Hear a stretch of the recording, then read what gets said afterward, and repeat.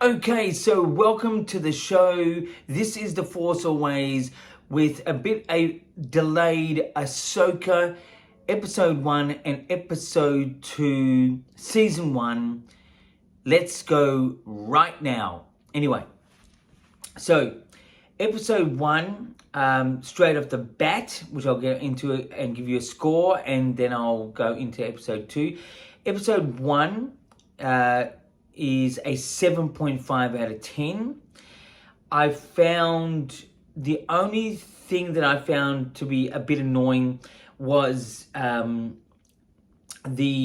sets in the background. It did look a little bit like posters or painted sets. Whether it was or wasn't, they just looked a little bit green screen in a way. Some of the sets, some of this dialogue, it's like a cartoon sort of with a lot of dialogue, which dialogue is no problem.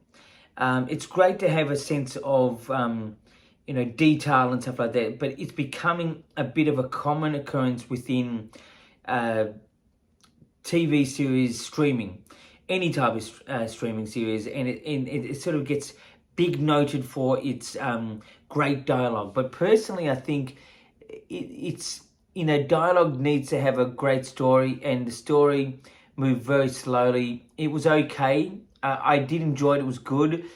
I found, if anything else, I found it to be a little bit cosplay. The whole look of the show was a bit cosplay. It's that sort of cartoon coming to real life. So it sort of had a real mesh of cartoon and real life about it.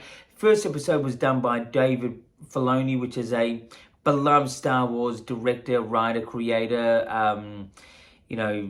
enthusiast.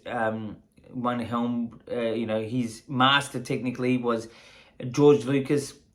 I'd say it's a good start. I wouldn't say I'm overwhelmed.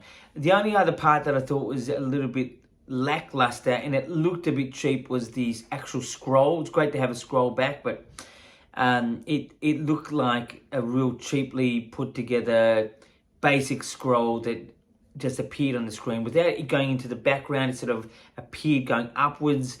The only difference to it was red, and it really didn't have an episode number, obviously, and stuff like that. But it was a good episode. Too much dialogue that didn't have great substance to it, in my mind. Still interesting. Really slow movement in its feel of a story, but you sort of get the gist with episode 1. Great that it was a long episode, but they need to stay that long with a bit more of a reason to stay longer like that. But anyway, so I gave that one 7.5 out of 10. I think the first one was called Master and Apprentice. Second one, I can't remember the name. It was a much shorter episode, but to be honest, a much better episode to watch, especially coming towards the end. There was a reason to it. Maybe the story was developing at that point. Maybe David Filoni just sort of missed out on that sort of point of the story. But I found it to be more enjoyable watching that episode 2 compared to episode 1. And that was a 8.5 out of 10. It lacked a scroll at the start. The standout in 2 episodes is the lead Sith or Inquisitor actor. I don't know what he is actually. The guy with the grey beard. He unfortunately he unfortunately died in real life only 2 or 3 months ago. So it's a big loss in life in general, but it's a big loss to this series because he's a main character and he's a really good character, a really good actor. I thought it was very well done. The apprentice of him, the girl, the only thing I like the style of this particular girl, the way she comes off. Her hair may be a little bit too neat, but it's fine. but she has this sort of unusual cross-eyed look to her stare. It's not complete cross-eyed, but it's a little bit, and it just sort of put me off a little. I just couldn't take this person so evil, but more like a a teenage kid just roaming the streets in the galactic area. But it wasn't bad. It was a bit unusual. So anyway, 8.5 out of 10 for the second episode. Much better sort of close. Again, these episodes really need to lead into more of a cliffhanger at the end. The first one sort of did. Second one really didn't. This is an ingredient that might be common in all TV series that you need to put out there, but this is the thing that will keep you watching. The only other thing to this series, it was debuted much earlier than the other Star Wars ones in the past. Basically, I think it was released about midday here Wednesday, midday. So that's everyone would have been at work at that stage here in Australia. And I think it was like a 9 p.m. or maybe earlier than that in the Los Angeles area, which is sort of much better for them. I couldn't stand even watching a great episode of Star Wars at midnight. That would be just tough, every week, just for the sake of getting up for work the next day. My God. But so it's a much earlier release on a Wednesday here in Australia, about midday, 1 o'clock. Maybe a bit later next week, I don't know. I think there's about 8 or 9 episodes in this series. It's off to a good start. Just a little bit cosplay about it. Great acting from the lead Sith or Inquisitor guy. I thought also the Rebels, Sabine Wren and even the droid, I can't believe the orange R2D2 looking guy. I can't think of his name, my goodness, at the moment. Even the ships were really good. There was a bit of, sort of video game sort of feel to some of the movement of these ships at times, but most part it was pretty good. For me, I'm not really after, in this series, great action sequences. I'm just more after something that's going to tell a really good, interesting, different story.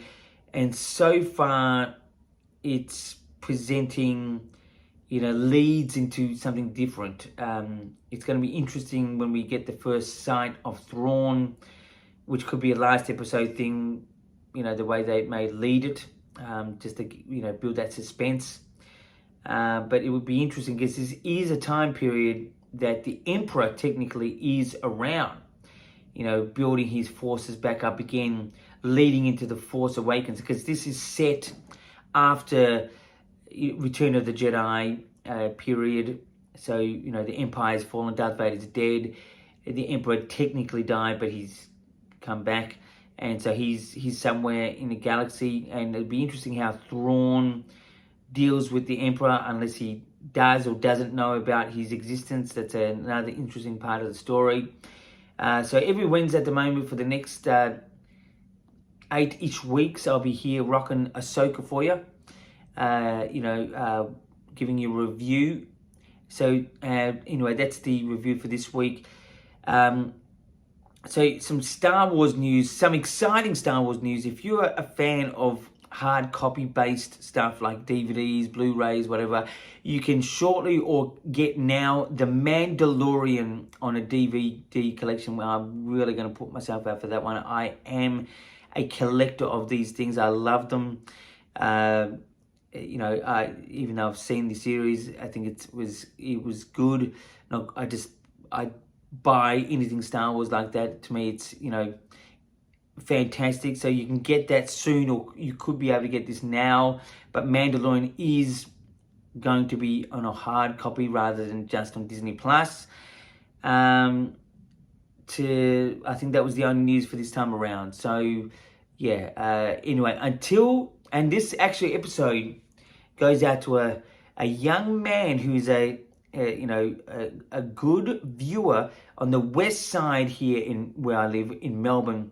I think it's Werribee South, possibly. His name's Michael. Michael, he loves this show. He's always asking me about this show and Star Wars and why, when, how, and stuff like that. He's just an interesting man. His name's Michael. He's from Werribee. Keep rocking.